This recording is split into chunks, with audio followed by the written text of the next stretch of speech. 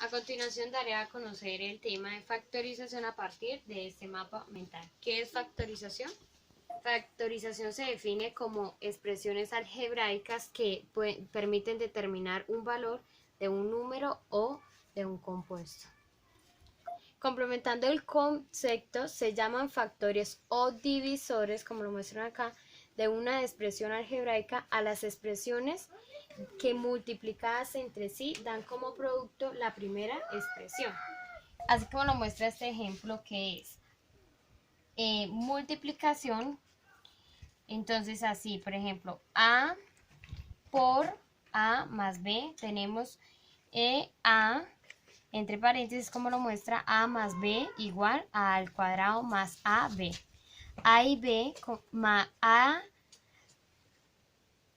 multiplicadas entre sí dan como producto A al cuadrado más AB, son factores de A al cuadrado más AB. ¿Cómo se define factorización? Primeramente hay que tener claro qué es descomposición en factores. La descomposición en factores se convierte en el producto indicado de sus factores. ¿Cómo se entiende la descomposición de un factor? A partir de hallarse pues la determinación de estos números. En este caso, factorar en un monomio, estos se hallan por simple inspección. En este caso son 15AB, que sería igual a 3 por 5, 15. Y un polinomio, estos se hallan cuando tiene más o más de dos variables, digámoslo así. Factor común. Factor común. Este es el primer caso que tenemos, que son todos los términos del polinomio. Recordamos, como decía anteriormente, que tienen más de dos variables, tienen algo en común. Puede ser literal o numeral. Como lo muestra este ejemplo, 10 a la 2b menos 20a a la 4b a la 3. Para hallar el factor común, entonces miramos cuáles tienen factor común. En este caso son los números, porque al descomponer, obviamente me va a dar un dato similar. Entonces, 10 a la 2b, entre paréntesis, muestra 1, que sería 1 multiplicado por 10, daría 10, más este dato que haría planteada esta parte. Menos, entonces 10 por 2 da el resultado de 20, y al multiplicar las literales, 2 más 2, 4, y en este caso 2 más 1, 3, porque los exponentes se suman. El otro caso es agrupación de términos. ¿En qué consiste? Los términos del polinomio deben ser cantidades pares, y entre las parejas deben haber algo en común. Entonces, como lo muestra el siguiente ejercicio, en este caso, el ejercicio planteado es x a la 3 más 5x a la 2 menos 2x menos 10. Entonces, ¿cómo se agrupan estos términos? En este caso, entonces vemos que se agrupó las x a un lado y acá las otras, para obtener el resultado final. En este caso, agrupamos términos en los que se puedan descomponer. 5 y 10 nos sirve con el 2. Y x y 2 pues se pueden agrupar como números pares y nos sirven también con el 2. Y se resuelve la ecuación multiplicando, y multiplicamos igualmente acá.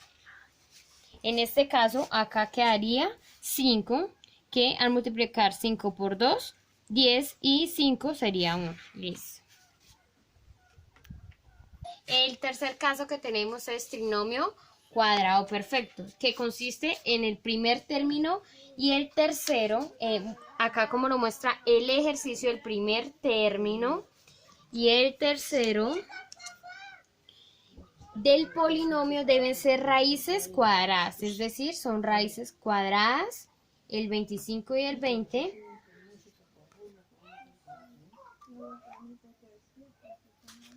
Y su signo es positivo, mientras que el segundo es negativo, como se muestra. En este caso, al resolverla, quedará negativo el segundo término, y el resultado que salga es la multiplicación de las dos raíces multiplicadas por el exponente 2. En este caso, por eso. Entonces, ahí se muestra la simplificación. Acordémonos del signo menos, que la raíz de 25 es 5, la raíz de 4 es... La raíz de 4 es 2, y al multiplicar 5 por 2, 10, y elevado al cuadrado me daría 20. El cuarto caso es diferencia de cuadrados perfectos. ¿En qué consiste? Hay dos términos separados por el signo menos y tiene raíz cuadrada exacta. En este caso nos damos cuenta a raíz de la división que 25 sobre 4 a la 6 menos 3b. ¿Qué quedaría solucionado? Raíz de 25, 5, raíz de 4, 2. A la 3, raíz de 6, 3. Y de 3 quedaría la raíz de 6 y se pone en signo positivo este lado y signo negativo en el otro paréntesis. El quinto caso es trinomio en la forma x al cuadrado más bx más c, que consiste en el coeficiente del primer término siempre será 1. Acá como lo muestra, el coeficiente del primer término siempre será 1, o sea, la división nos da 1. El primer término tiene la raíz exacta, el segundo es la raíz del primero, entonces en este caso el primero es la raíz exacta, sería x, el segundo tiene la raíz del primero, en este caso la raíz está representada en x, y del primero, y el tercero es un número cualquiera como lo muestra acá, y se soluciona de tal manera que al sumar estos me dé el segundo término como resultado y al multiplicarlos me dé el tercer término. El sexto caso, es el trinomio de la forma ax al cuadrado más bx más c, que consiste el coeficiente del primer término, en este caso que es a, como se muestra acá, siempre será un número cualquiera, diferente de 1, aplicando luego las condiciones anteriores. En este caso, pues se vuelven a aplicar estas condiciones que mostré, pero se tiene en cuenta esta parte literal. Cumpliendo con el primer paso, para poder aplicar este caso, se multiplica todo el polinomio por el coeficiente. En este caso el coeficiente es 3 y se va a multiplicar por las diferentes variables del primer término y a la vez se divide por el mismo. En el segundo término el coeficiente queda por fuera del paréntesis, como se muestra acá, que queda por fuera del paréntesis. El segundo paso dice que se multiplican las operaciones planteadas y se deja planteada del segundo término, como se muestra en esta parte, que se multiplica, entonces 3 por 3, 9, se plantea 5 y se plantea lo siguiente. En este caso la multiplicación sale acá, 3 por 3, 9. El tercer paso dice que se factoriza por trinomio de la forma x al cuadrado. Ahí sí aplicamos este segundo y todo sigue dividido entre el mismo número. En este caso pues sería esto 3 y se sigue aplicando pues lo que es las condiciones que se mostraron anteriormente, como acá está planteado en el ejercicio. Cubo perfecto es el séptimo caso que dice tiene raíz exacta cúbica. En este caso les voy a mostrar la raíz cúbica de 125 a la 9. Se tiene en cuenta las variables, sería raíz de 125, 5 y raíz cúbica, y de 9 sería 3. Como lo muestra el otro ejercicio, bueno, para cumplir con las condiciones se tienen en cuenta los siguientes pasos, que dice, el primero y el último término tienen raíz cúbica, como se muestra acá. Este es el primer término y este es el último, tienen raíz cúbica, tienen 4 términos, los signos pueden ser positivos o alternos. En este caso todos los signos son positivos, no tienen ningún problema. El segundo término es el triple del la primera cantidad al cuadrado y la segunda. Entonces, como dice, el segundo término es el triple de la primera cantidad, entonces es el triple. 2, 2 y 2 serían 6 de la primera cantidad al cuadrado y por la segunda. Entonces, así si nos da 2 por 3, 6 en este caso.